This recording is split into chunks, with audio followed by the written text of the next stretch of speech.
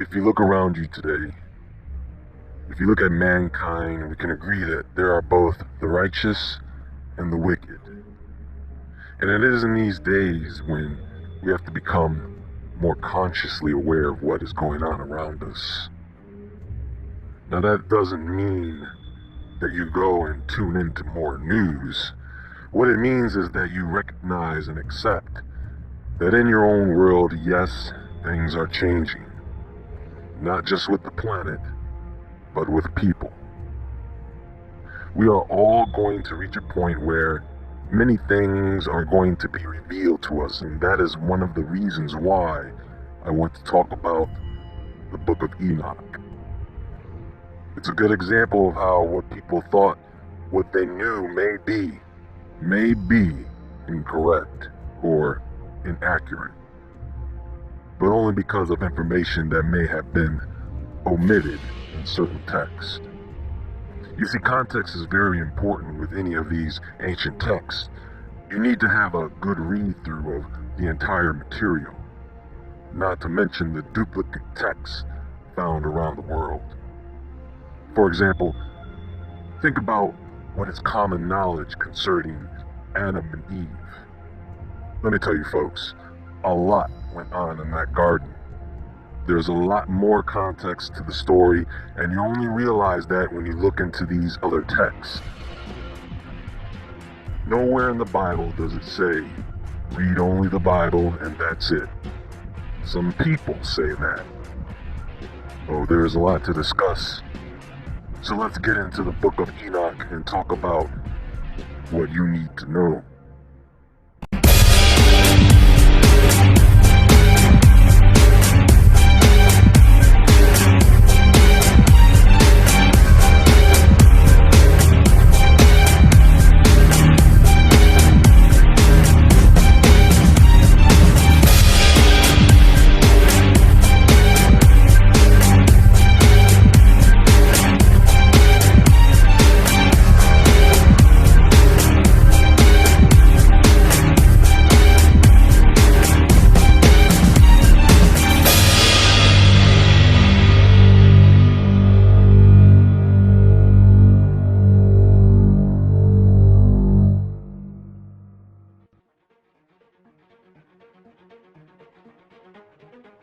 The words of the blessing of Enoch, wherewith he blessed the elect and the righteous, who will be living in the day of tribulation, when all the wicked and godless are to be removed.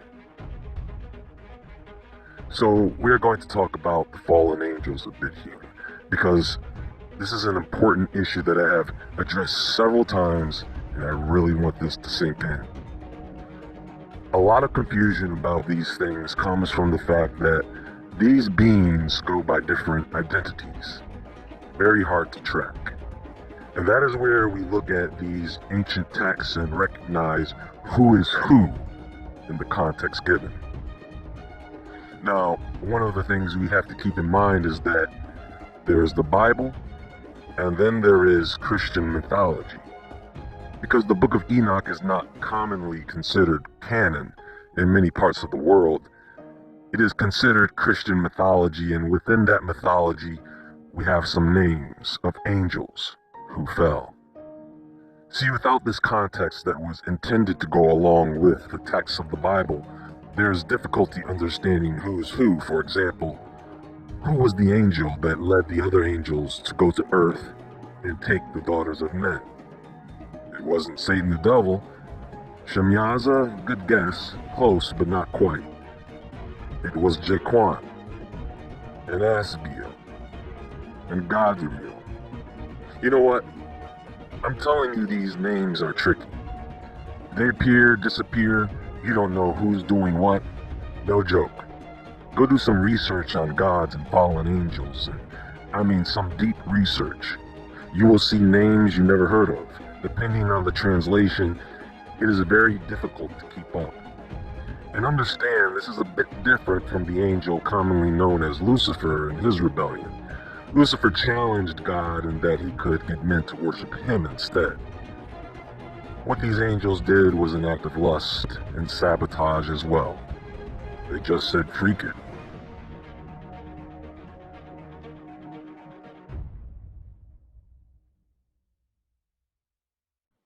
I'm telling you, there is some deep information in angelic studies. For example, how many of you know who the Grigori are? The Watchers. A different class of angel, more human-like than the other angels. These were the angels that interacted with humans as they began to multiply. See, folks, I do not want to distort what you know about this. I just want you to have the most accurate information concerning this, which means you must know about these other takes on the subject to form an educated opinion about the matter. Those of you who may have not heard of this angel, let me fill you in on what the Book of Enoch reads. But first of all, when we think of a name like Satan, we usually attribute that to one of the fallen angels. But here in the Book of Enoch and other texts, there are Satans, plural.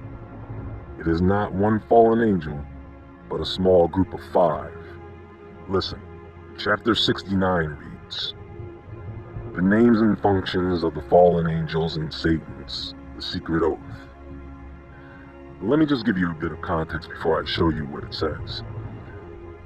When these angels came down to earth, they took it upon themselves to teach mankind certain things, secrets. This, in the eyes of God, was the same as them running around pretending to be God. Another thing to keep in mind is that angels in heaven don't accept worship, only God and the fallen. And so because of the unsanctioned interactions with mankind, the punishment was extremely severe. Michael and Raphael were astonished at just at how severe the punishment on those fallen angels would be at the time of judgment. And so it says, listen closely, "And after this judgment they shall terrify and make them to tremble, because they have shown this to those who dwell on the earth." Then the book gives you 21 names of the fallen who were under the command of the chief angels, or in this case, the 5 Satans. See here, it was 5 different angels that led this entire movement, not just one. And these are the chiefs of their angels and their names, and their chief ones over hundreds and over 50s and over 10s. Okay, so according to the Cardinal Bishop of Tuscany, the Book of Revelation reveals that 1/3 of heaven's angels fell for 9 days, and the estimated number was 133,306,668, and as a result leaving 266,613,336 remaining in heaven. Now, Enoch does not name all 200 that fell in his account, only a few. But it is believed that a few of the angels that fell from each of the 3 spheres, or 9 orders, created a 10th order, retaining their rank. So now, the name of the first, Jaquan, that is, the one who led astray all the sons of God, and brought them down to the earth, and led them astray through the daughters of men. So this is their ringleader. And the second was named Asbiel. He imparted to the holy sons of God evil counsel, and led them astray, so that they defiled their bodies with the daughters of men. In other words, Asbiel is the one who instructed them on the means of changing form to be with the daughters of men. Now, this next angel is very interesting. And the third was named Gadriel. He it is who showed the children of men all the blows of death. And he led astray Eve, and showed the weapons of death to the sons of men, the shield and the coat of mail. and the sword for battle, and all the weapons of death to the children of men. And from his hand they have proceeded against those who dwell on the earth from that day and forevermore. This is the fallen angel who seduced Eve in the Garden of Eden. And we were told it was Satan. Well, that's true, but as you can see, not the Satan most people think it is. And the fourth was named hēnok. He taught the children of men the bitter and the sweet, and he taught them all the secrets of their wisdom.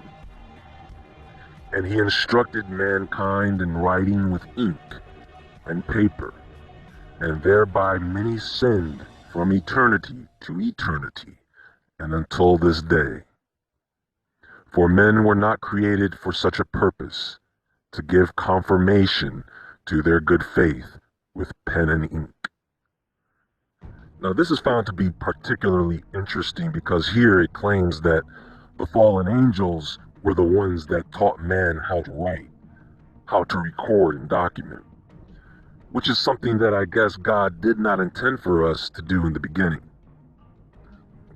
For men were created exactly like the angels, to the intent that they should continue pure and righteous, and death, which destroys everything, could not have taken hold of them.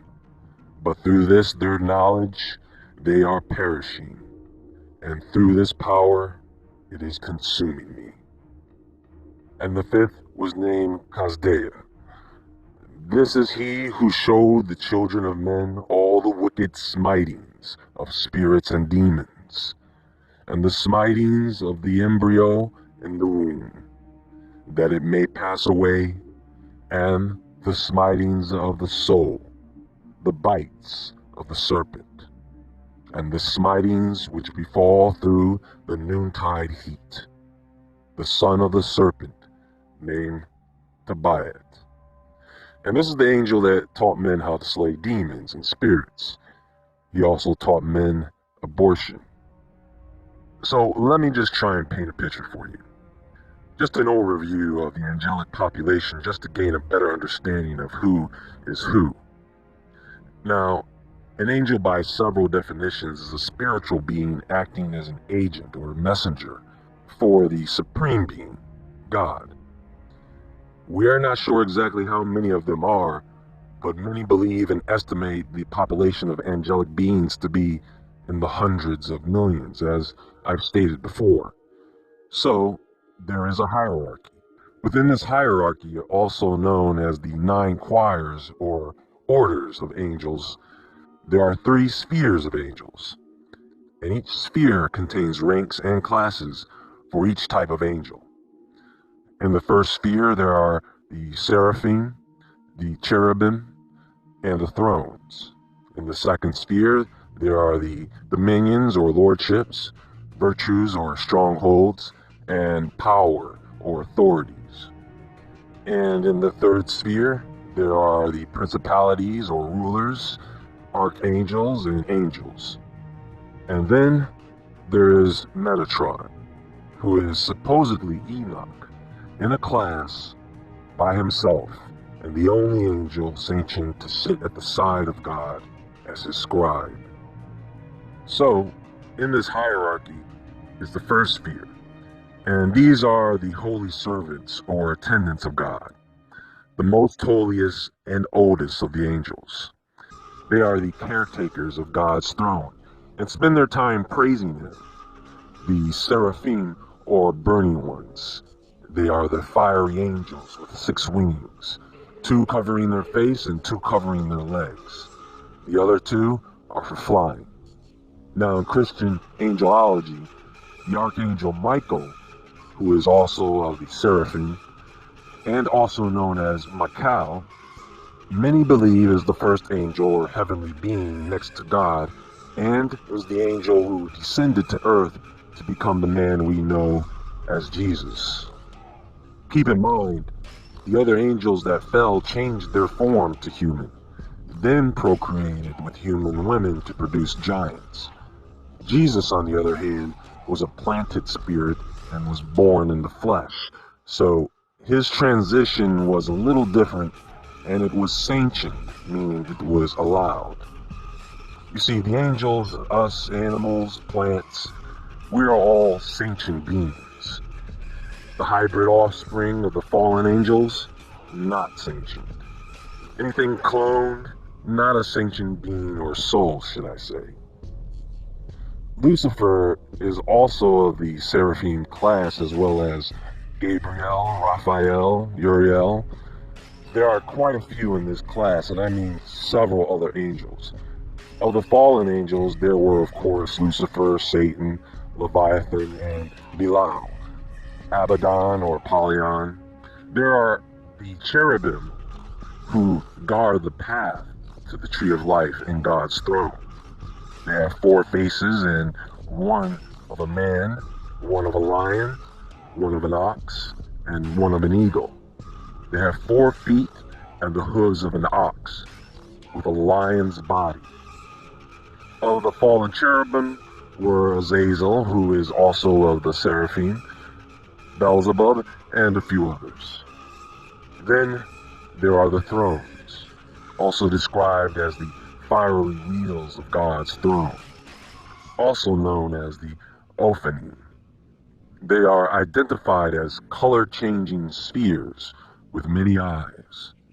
The purpose of the thrones, they are there to carry God's throne. They also have connections to the planets and constellations. And even more of the thrones fell than the cherubim or seraphim. Do you see the pattern here? It is the same with humans. When our leaders do something, and I'm not just talking about political leaders, but when our parents, our brothers and our sisters, our elders, our friends do something, many of us follow suit regardless of the consequences. Now, so far, the description of these beings, without exception from a human perspective, is quite bizarre. Why is that? Think about this for a moment. With everything we know about science, physics, animal biology, why would an angel need wings at all? Well, not all of them have wings, but I mean, seriously, think about this. Why would God design a being that had 4 heads of different animals, including that of a man? The same description of John Carpenter's The Thing. So we can only gather that these are more symbolic descriptions rather than actual physical descriptions, of course, unless these are attributes of angels to help them identify each other in regards to rank and age. These descriptions still remain mostly metaphoric. So in the second sphere, we basically have again 3 classes: dominions, virtues, and powers. Now, these are the angels that are more human-like. They are the ones that we think of as beautiful, glowing humans. By the way, in angelology, there are both male and female angels, although they are most commonly known to be neither sex. Again, we are supposed to be like them, not the other way around. Dominions work as the guardians of the other lower class angels. Virtues, they create miracles, they create signs, and the powers are the angels who protect the balance of the universe. That includes fighting demons. They are the battle angels. For the most part, the second sphere of angels, these are the guardians, the police of the universe, who govern the lower body of angels and ensure order in God's kingdom. Again, we have quite a few in this sphere who fell, including Belial, also a seraphim angel, Ariel, Haman, Amy, and a few others. By the way, there was a movie released some time ago called Hereditary. And in this movie, there is a reference to Haman, or King Haman. Needless to say, the story behind this fallen angel is quite interesting. And yes, this is what our children are doing these days for Halloween, dressing up like a demon incarnate. Was this some twisted adult's idea? Because how did this kid end up watching such a film?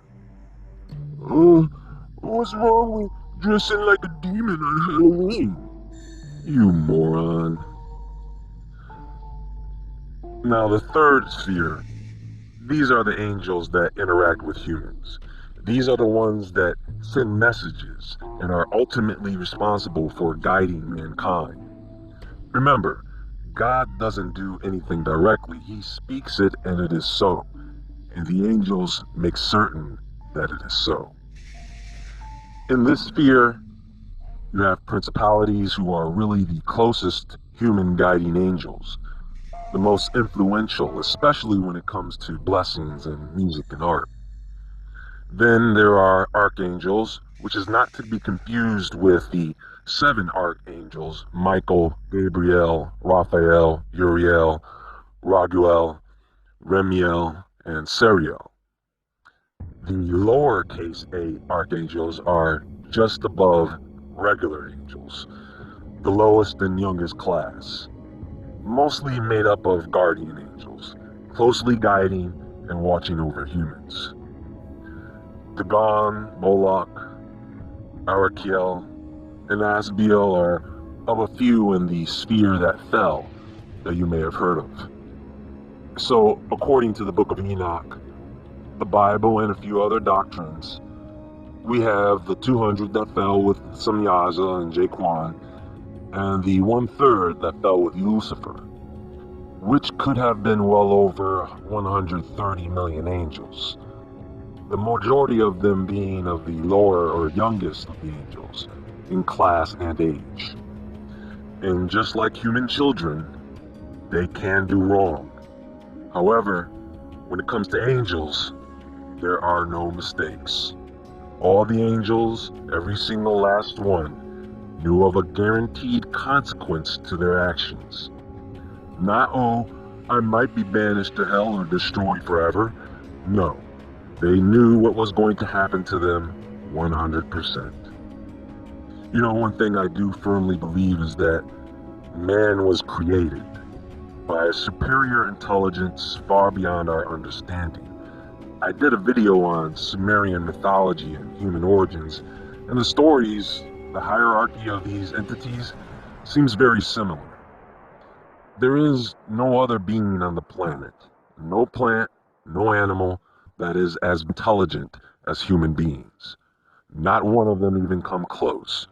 Oh, but the dolphins. Oh, the dolphins. What about monkeys? They can use rocks and sticks and do stuff. Yeah, they may be as smart as you, but the rest of us, no. Evolution. You know, you want to be a damn dirty ape? That's what you want to be? A descendant of them? Right now, we are living in an age where these once angelic beings rule the world. They really do. And until you realize and accept that, you will never gain a better understanding of what they are doing right now, until we gather all the information we can on them. That means not omitting information. You see, I believe that a day may come where these entities will reveal themselves. I mean, they have been since the beginning of man. Why stop now? In this book, the Book of Enoch, Christ is discussed, known as the Lord of Spirits. See, many of these texts are suppressed because they simply do not want you to have confirmed beliefs, especially in Christ. Folks, there's a power surrounding this man that is unmatched. There is no other person who is held in such high regard other than Jesus.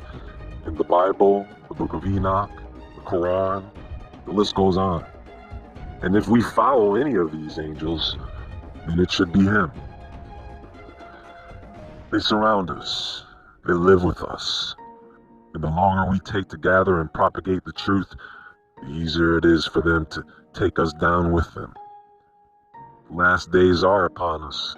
It may be doom and gloom for some, but for those who know the truth, it is not a time for the destruction of the world, but it is a time for the destruction of evil, and the opening of the doors for a promising future.